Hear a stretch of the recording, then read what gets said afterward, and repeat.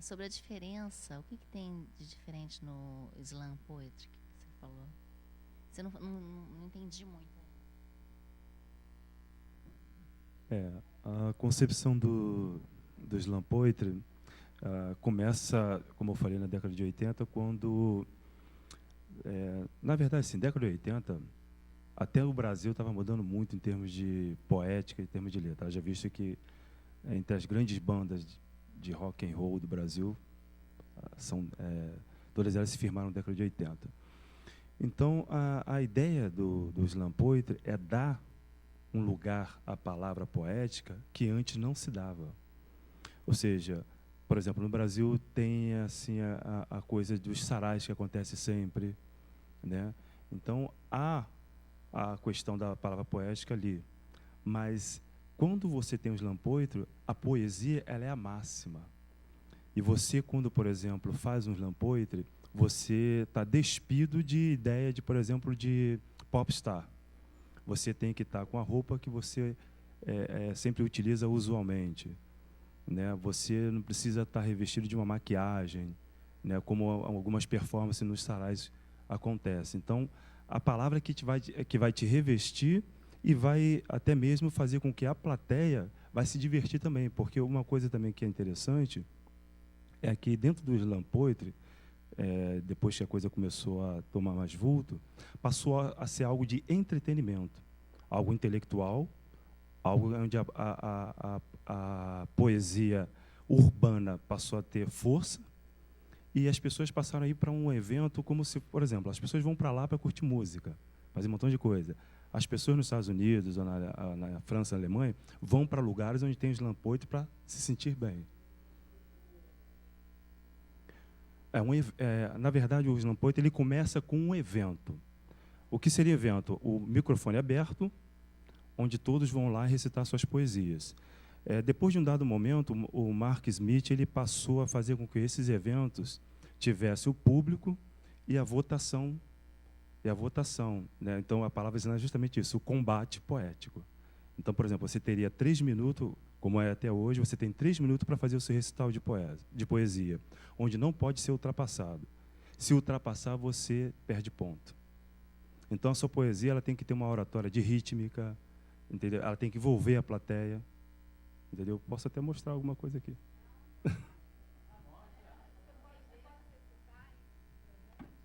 Oi?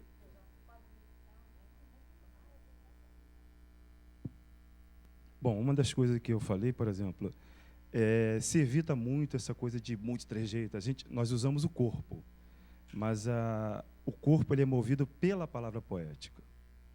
Help me, soltar os grilhões do mundo, toda espécie bombástica, alasta-se até para o singular banquete putrefante de almas famintas. Bate-se bumbo. Toca-se piano. Regozijo de espasmo calafetando o uterino da humanidade. Para que real venha a ser uma utopia, caos cômpito, corrente que a sua conspícua, notavelmente distinto à distância. Distância discernível. Quando vemos algozes que alvejaram nossa força, nossa fortaleza é vida de ilusões, mas você voltou lá. Utopia de gerações. Camaleões, cambaleões, verde, roxo, torto, furtacor, dourados, amarelo de vergonha. Cerram-se mente, raspam-se cabeça, drogam-se, mas que droga, nunca são drogazes, mas não foi. Cebolinha ali, segundo Maurício de Souza, não. Cebolinha é humilde paluro de mente, mas que não é demente. Sobreviver entre Jorge, jornais, TV, PB, entre pretos e bantos, a utopia no branco.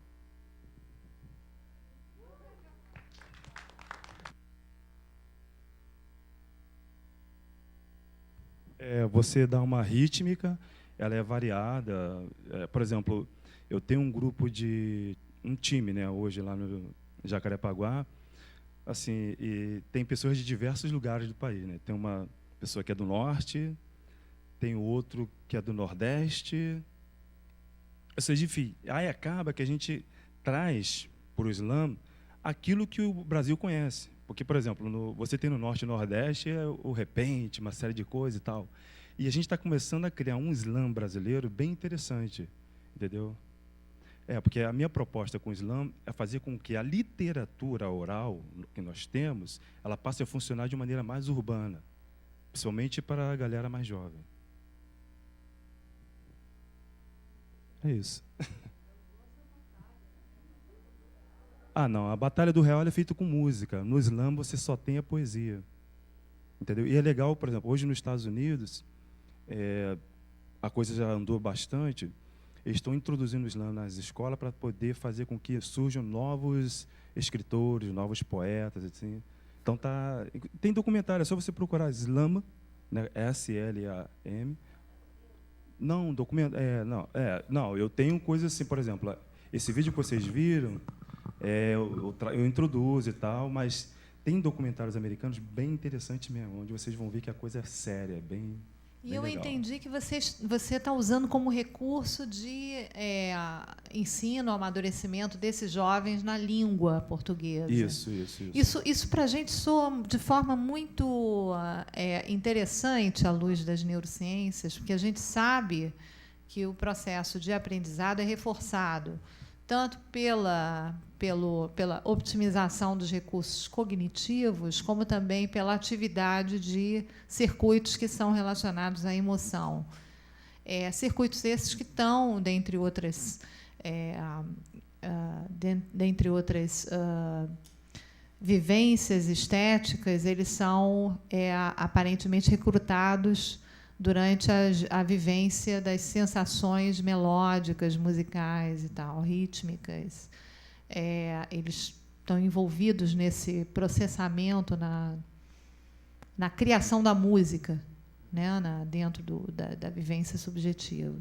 Então, é muito interessante que eu posso imaginar que vocês jamais pegaram um artigo científico, neurocientífico, para ler, mostrando essas evidências, e, assim como tantos achados das escolas psicológicas, vocês, pelo trabalho independente de vocês vêm percebendo que essa associação ela pode render um ganho cognitivo, né, com o aprendizado da língua, que seria, para a gente, na perspectiva da ciência, seria uma espécie de modelo de vocês para testar a hipótese de que a associação do discurso falado com atributos que podem ser ditos como atributos estéticos, ligados, inspirados pela vivência musical, poderia estar provocando nesse aprendizado, né? Então, é muito legal. Nossa, parabéns. Isso faz sentido também para a gente. Mas, assim, eu juntei também essa coisa da urbana a um processo de estudo científico também. Por exemplo, eu trabalho muito percepção com eles. Hoje, quando eu vi todas essas falas aqui, eu já vou levar mais informação. Eu trabalho, assim, como hoje, por exemplo, inclusive na aula da própria Sandra Portugal, ela tem uma aula de linguagem de expressão belíssima, onde ela junta o conceito literário e a imagem. Então, a gente não tem como fugir disso. Um exemplo que eu tenho muito claro é que antes as pessoas não conheciam o slam poetry. Hoje você clica lá, bota o nome slam poetry e você vai ver vários vídeos. Então, você vai ter informação através da imagem.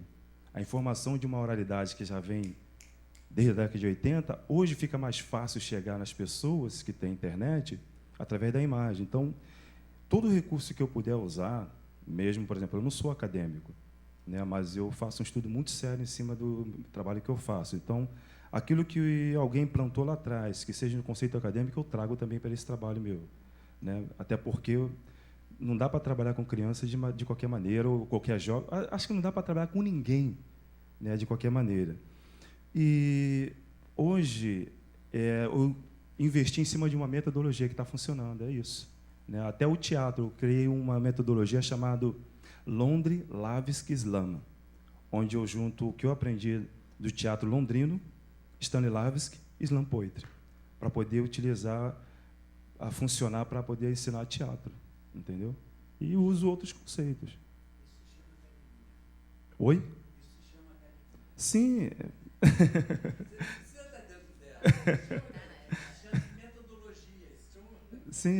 Sim.